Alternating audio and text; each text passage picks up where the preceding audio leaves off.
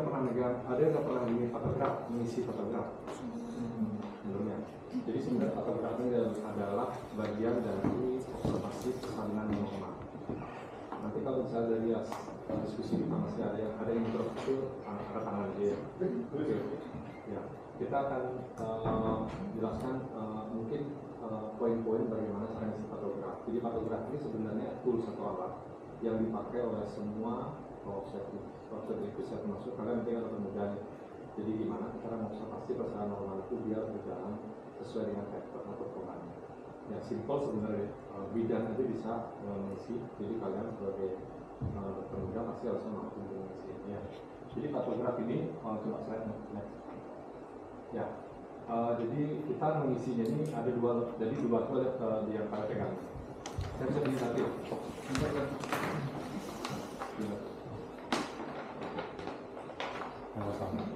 Nah ini kan ada dua lembar ya, ada dua lembar. Bagian depan itu sebenarnya dia ini apa namanya?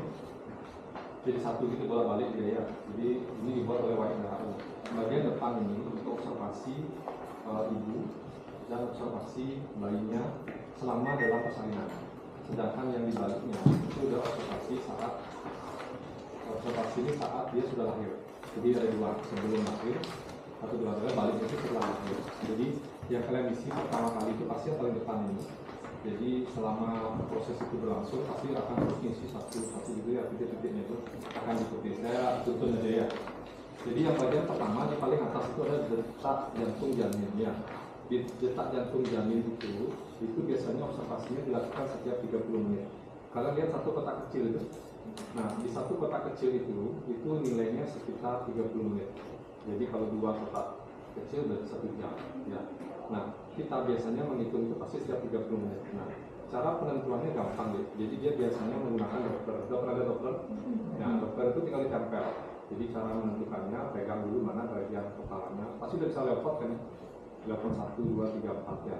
Tentukan dulu di mana arah punggungnya. Nah, jadi ketemu arah punggungnya langsung kalian tempel dokternya dan lihat angkanya. Nah, itu dilakukan setiap setengah jam. Kebayang setiap setengah jam kalian tentukan terus 140, setengah jam lagi tempel terus begitu.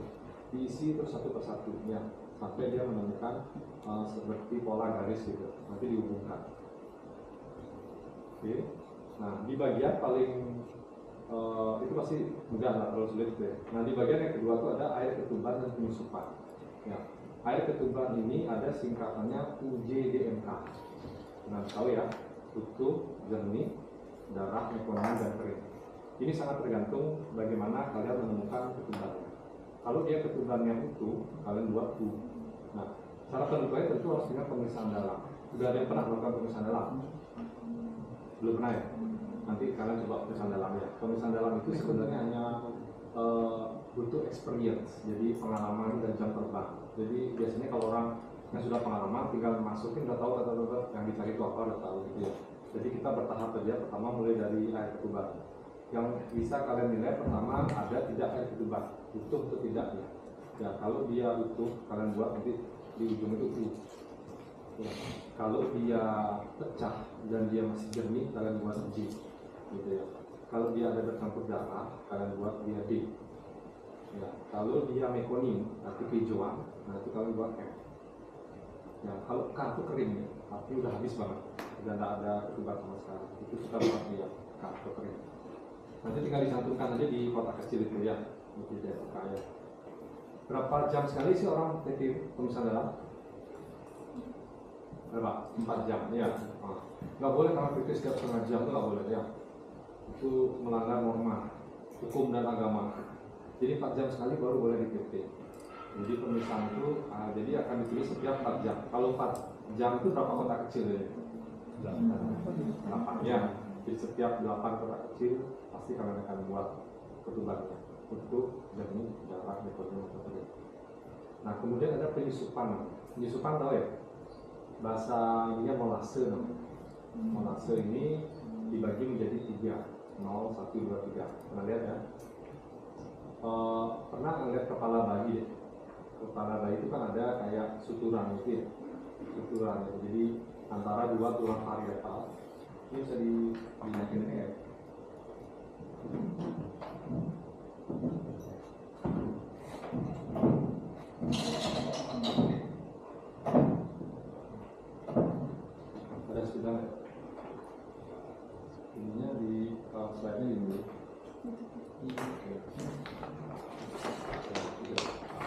Ya.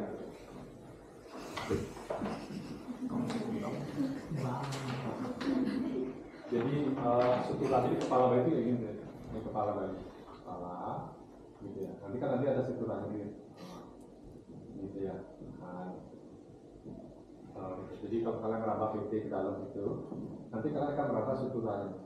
Kalau dia 0 itu dia teraba, ini terasa, ada kayak garis di tengah-tengah. Nah itu berarti dia 0. Kalau dia 1, ini celahnya udah nggak ada. Jadi antara varietas kiri kanan nempel, yaitu namanya 1. Kalau 2, dia overlapping. Jadi yang varietas ini ke sini, varietas sini ke sini, jadi overlapping. Tapi kalau dibuka itu dia bisa geser, itu namanya 2. Nah kalau 3 itu dia overlapping tapi nggak bisa digeser. Ya itu namanya molase 3. Nah biasanya kebanyakan kalau dia bukan suatu kasus CPD, Cephalopelvic Disproportion, harusnya kepala sama panggul ukuran sama tuh. Dia pasti antara 0 sama 1. Tapi kalau sudah sampai overlapping begitu, 2 atau 3, entah dia bisa digeser ataupun tidak, itu biasanya sudah mengarah ke CPD, yang Cephalopelvic Disproportion. Jadi nanti kita melihat itu berkala setiap 4 jam untuk bisa menentukan, kan semakin lama semakin ke bawah tuh kepala. Kalau perserian normal itu untuk nanti itu kita ya. Kebayang ya, sama hitungannya 4 jam sekali. Karena pas nama PT 4 jam sekali. Jadi menurut pasti bisa 4 jam. Ya. Jadi dibuat tuh angkanya deh. Kalau dia hasilnya 0, kalau 1, 2, 3 di kotak kecil ya, tepat di bawah air ketuban. Ya. Berarti setiap kita PT pasti ada informasi mengenai ketuban dan ada mengenai molase pasti deh. Ya, karena sekali tusuk tuh, sekali kita PT udah tahu langsung betul kita cari. Ya. Kebayang? Nah, terus di bawah ini agak rumit nih, yang waspada dan bertindak nih. Nah, di kotak yang ketiga itu kan ada garis waspada bertindak. Ya, koas itu sering sekali dia dan bertindak itu sering kali salah gitu. Dari segi juga salah dalam menentukan di mana menaruh garisnya itu ya. Kalau melihat dari garis waspada dan bertindak ini, kita selalu memulai dari garis waspada. Ya, kalau misalnya contoh katakanlah ini bukaannya 6 cm. Kalau 6 cm itu kan kita akan buat tanda buka silang gitu ya. Itu di mana kalian contreng? Coba 6 cm kalian contreng di mana? Misalnya ini 6 cm. Datang kemudian 6 cm. Di mana contreng? Di mana? Di garis. 6? Bukan situ. Di mana? Ya. Bukan. Nah, di mana? Di mana? Di mana di sini ya? Ya, di garis waspada ya. Jadi terus kita lihat garis waspada itu mana yang garis waspada itu 6, di situ kalian contreng. Bukan di angka 6 gitu. Ya. Jadi di garis waspada itu mana yang garis waspadanya yang menunjukkan angka 6 cm. Di situ contreng. Di sini berarti ya. Bisa dihidupin ini belajar. Nah. Coba cari yang bagian fotografer. Nah, lagi teks. Lagi. Nah, mulainya selalu dari yang 6. Ini kan maafkan kiri ya. Ini kan 6. Jadi pasti mulai dari sini. Silangnya gitu. Gitu. Di 6 cm. Jangan hilang di sini. Ya pasti di sebelah. Hilangnya pasti di sebelah. Ya. Jadi berarti kalian akan memulai persalinan dari sini ke sana. Yang ini pasti kosong nih. Ini pasti kosong ya, nggak ada tulisan sama sekali. Karena datangnya 6 cm. Nah coba misalnya persalinan datangnya 8 cm. 8 cm kalian pasti mulai dari sini lah. Gitu. Berarti yang ini pasti kosong nih. Ini nggak ada tulisan sama sekali ya. Karena datangnya 8 cm. Kita selalu memulai dari fase aktif ya. Karena fase latihan itu panjang. Jadi dulu orang itu masuk dari fase latihan WHO. Nah apa yang terjadi? Rumah sakit itu penuh ya, diisi bukaan 2 cm. Nunggu 2 cm itu bisa sampai 13 jam. Jadi penuh rumah sakit itu.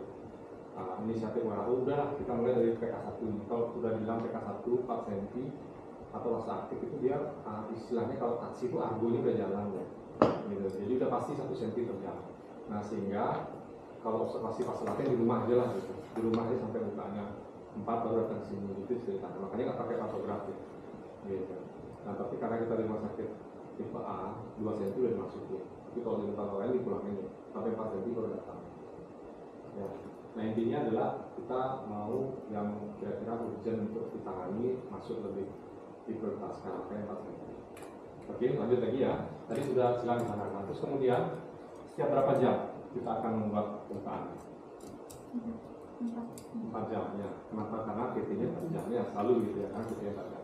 Contoh misalnya dia bukanya datang 6 cm. Kan kalian sekarang sini nih. Nah, 4 jam lagi dia menjadi 7. Gimana hilang? Coba bukanya pertama 6, kalian selang 6. Kemudian 4 jam lagi jadi 7. Hilangnya di mana? 4 jam lagi.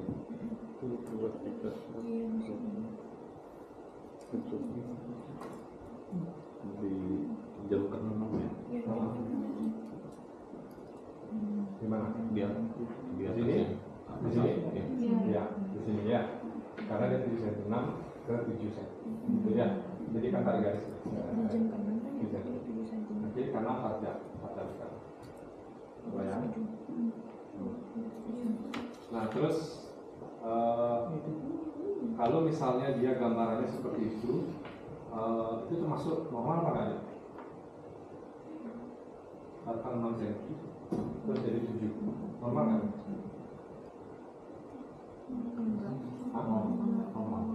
Normal. Bisa memanjang ya. Harusnya itu namanya protected active fase. Jadi dia tidak 1 cm per jam. Itu molor namanya. Molornya. Harusnya dia ngikutin. Gitu. Harusnya kalau dia 4 jam lagi lengkap. Ya harusnya lengkap. Tapi kalau sampai lewat ini dia sudah protected active fase.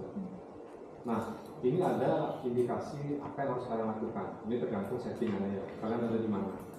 Kalau kalian ada di rumah sakit tipe A seperti di sini, tentu pilihannya beda ya. Kalau sudah sampai dia begitu, pasti jawabannya udah pindah ya.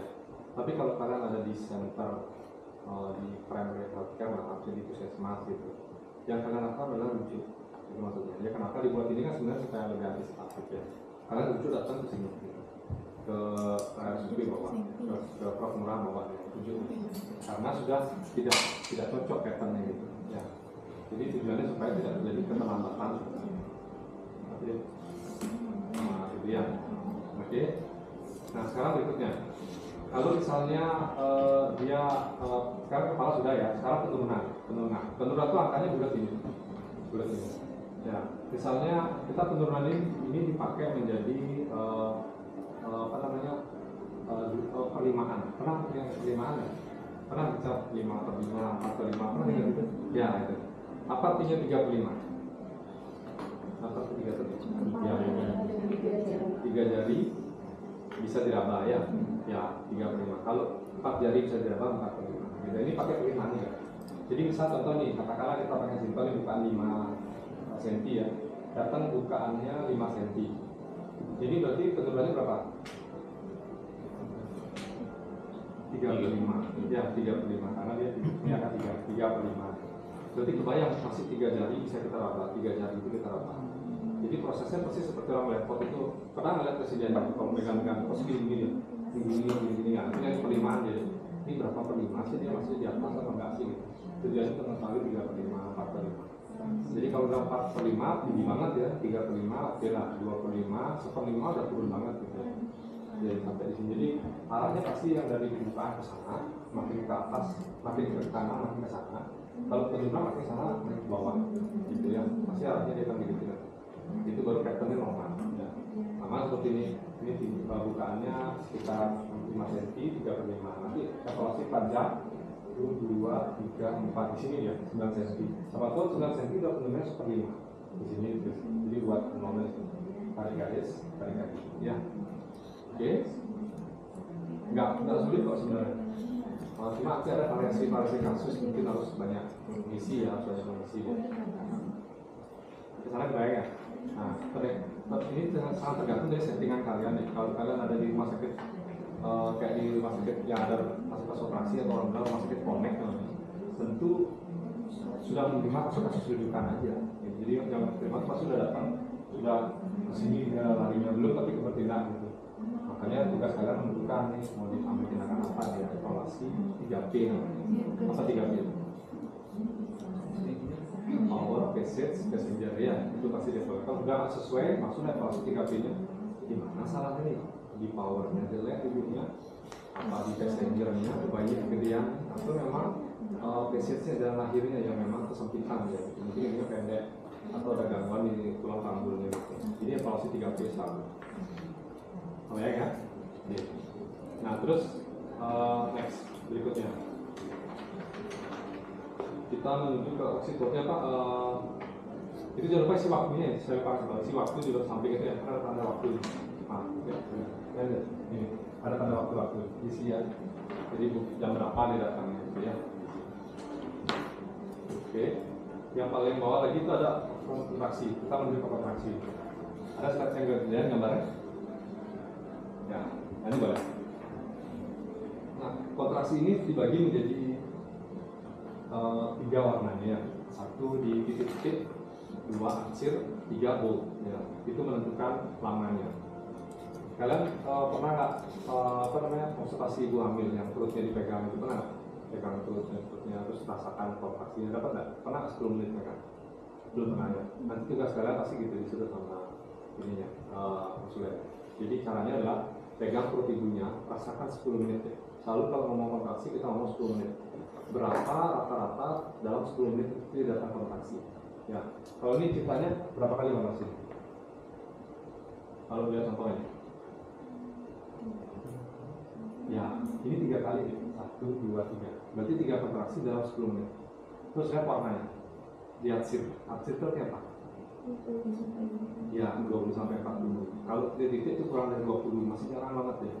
Kalau 20-40 detik itu di aksir. Kalau bold ini sudah lebih dari 40 detik. Jadi kalau dipegang tuh perutnya kencangnya lama banget di sampai 40 detik baru hilang ya. Nah, cara membedakan kontraksi orang ibu hamil yang pertama kali pasti nggak ngerti dia. Kalian juga kalau belum pernah ngerasain his pasti nggak tahu. Ini tenarnya gini ya, ini lembek namanya. Ya kalau kontraksi dia akan sekeras ini. Nah, seperti itu. Sama seperti perut ibunya. Kalau kalian pegang lembek, nanti lama-lama dia mengeras seperti ini. Tenarnya, berarti itu kontraksi. Nah itu yang diukur pakai jam. Makanya setiap orang pasti pegang jam ya. Ini sambil megangnya. Pegang terus berasnya. Udah 30, udah 40 detik ini berarti udah mau pasti bold tinggal pasti akan warnanya tuh. Tapi tinggal berapa kali ini dalam 10 menit. Misalnya cuma 2 kali, tapi warnanya. Kalau ini kan terbayang berarti 3 kali. Terus kalian rasakan cuma sekitar kurang lebih cuma 20-40 detik aja, belum sampai 40 ke atas ya lamanya ya. Jadi ini terus itu 30 menit. 30 menit. Nah mungkin dalam perjalanannya nanti konsulen itu sering kali ngisi belakangan ya, jadi dia nggak diisi di awal. Jadi mungkin dia sudah karena experience-nya jadi cuma tidak megang-megang, belum baru tiga kali itu dirapel waktu PT itu dirasa udah naik deh gitu. Nah, langsung ini dirapel yang dari sini dirapel nanti baru diisi setiap jam. Ada yang begitu caranya, tapi sah-sah aja. Kalau secara ideal harusnya setiap setengah jam pada pegang. Cuma kan bosan ya. Tapi buat proses pembelajaran buat adik sebaiknya kerjakan setiap setengah jam biar tahu gitu. Oh gini. Jadi nggak lupa kontraksi itu kayak gimana. Ya. Oke. Jadi warnanya yang normal itu gradasinya akan semakin lama seperti anak tangga. Semakin lama semakin tinggi. Harusnya yang kedua semakin lama akan semakin dark ya. Nah ini tujuannya sebenarnya pembahasan untuk orang-orang yang bisa diterima di semua tingkat edukasi dari mungkin dia cuma sekedar nakes yang tidak berpengalaman sampai ke nakes yang berpengalaman. Jadi jauh itu udah kelihatan ya, cuma di gambarnya ini aja fotografi ini di sini aja nih merujuk ini bawah itu udah kelihatan ini pasti gambar dia. Karena kelihatan dari warnanya kelihatan kan, warnanya nggak sampai hitam gitu dari jauh udah kelihatan. Berarti ini kan hanya bahasa gampang aja supaya gampang menerjemahkan. Ternyata kisahnya gangguan. Jadi kalau biasanya dokter muda dan residen sudah ahli banget itu ya udah biasa dia nerima rujukan dari jauh dia bidangnya bawa ini nempel ini udah tahu dia ini gangguannya pasti dikis ibunya santai-santai terus fotografnya nggak hitam banget gitu warnanya nggak full cuma garis-garis gitu doang pasti masalah gitu. Nanti tinggal datang ke sini dripnya coba ya dikasih drip saya akhir gitu ya. Oke. Jadi kuncinya ini adalah pemberian oksitosin nanti untuk pemberian dripnya. Ya, lihat di bawah itu ada kata oksitosin. Nah, kalau dia jelek kontraksinya dari hasil evaluasi 3P-nya nanti, ini misalnya kalian dapat 3P-nya data jeleknya di powernya, berarti kalian harus menambahkan oksitosin. Ditulis oksitosinnya sana. oksitosin rate ya, berapa mengisi gitu ya. Misalnya nanti kalian bisa baca sendiri ya tentang oksitosin itu pemberiannya berapa TPS, berapa itu gitu ya. Nah yang paling bawah ini ada data obat-obat dan cairan. Ini biasanya untuk rehidrasi ya. Pernah dengar rehidrasi maternal atau resusitasi intrauterin? Pernah dengar? Ya apa aja dikasih? Biasanya kan disuruh ibunya tidur miring kiri, kasih oksigen dan dipasang infus kan. Nah biasanya dikasih RL dengan total tetesan 20/8. Hanya untuk maintenance itu. Gitu ya. Jadi resusitasi intrauterin itu tidur miring kiri, kasih oksigen, pasang infus ya. Bayang ya. Oke. Lanjut lagi. Yang paling bawah itu nabi. Ada tekan darah itu pakai tanda panah gitu ya. Jadi intinya kalau tensinya 120/80 tinggal dibuat garis cross aja kayak gini persis 120/80 terus dikasih titik itu nabi sampai kan ya. Nanti dia nyambung. Ini tujuan untuk terjadi apakah ada peningkatan tensi apa enggak selama durasi persalinan itu. Nah yang paling bawah urin. Nah ini biasanya kita menilai produksi urinnya. Ibu itu kalau dehidrasi biasanya kurang dari setengah cc, setengah sampai 1 cc per kilogram berat badan per jam ya. Itu ingat rumus kencing ya.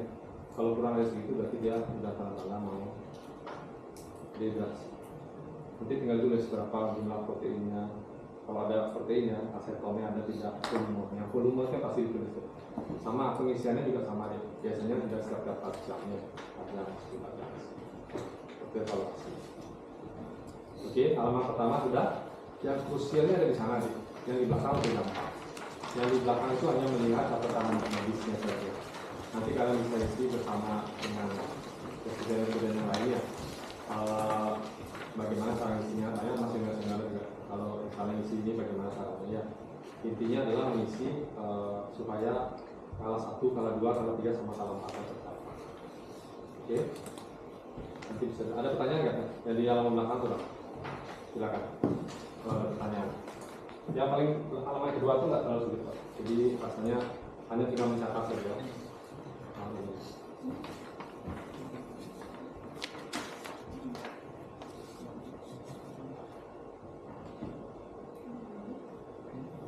Nanti mungkin sambil jalan ya kita bisa sambil bedside nanti ya, bedside teaching kalau ada kasus kita lihat langsung biar bisa diketahui di mana tingkat kesulitan. Ya pasti kalian pahami dulu kalimat-kalimatnya, kata-katanya, singkatan-singkatannya dibalik supaya nanti bisa pertanyaan bisa sambil